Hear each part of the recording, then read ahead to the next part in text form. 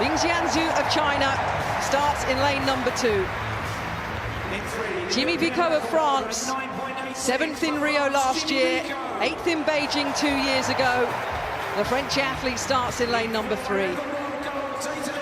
He's 31 years old in a couple of weeks. The greatest of all time, 9.58 over 100, 19.19 over 200. The 11-time world champion goes in 4.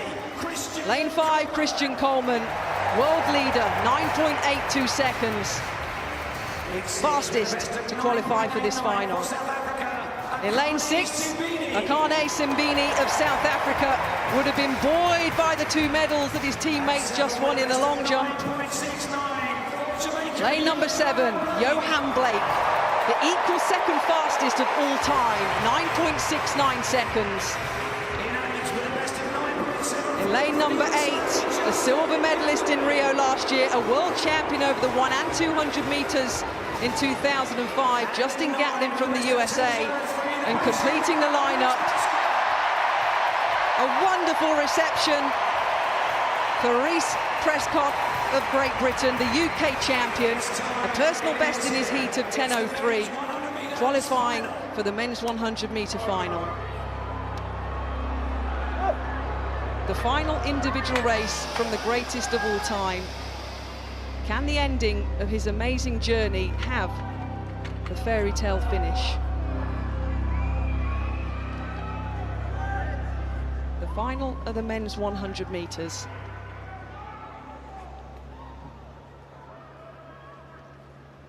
For one last time, Usain Bolt settles in his blocks over the 100-meter distance.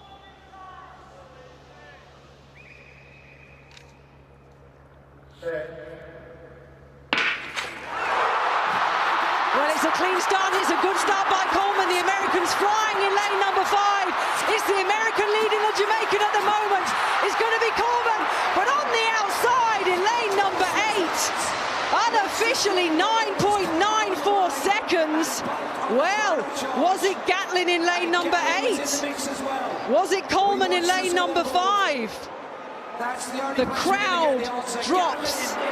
Justin Gatlin with a time of 9.92 seconds is the world champion here in London. The 5th fastest of all time at 9.74 seconds. The American athlete out of lane number 8 was poised, was controlled. His teammate Christian Coleman, 2/100ths of a second behind, picks up the silver for a US 1-2, and Usain Bolt in his final individual race runs 9.95 seconds for bronze. The fairy tale in the individual event wasn't to be for the Jamaican.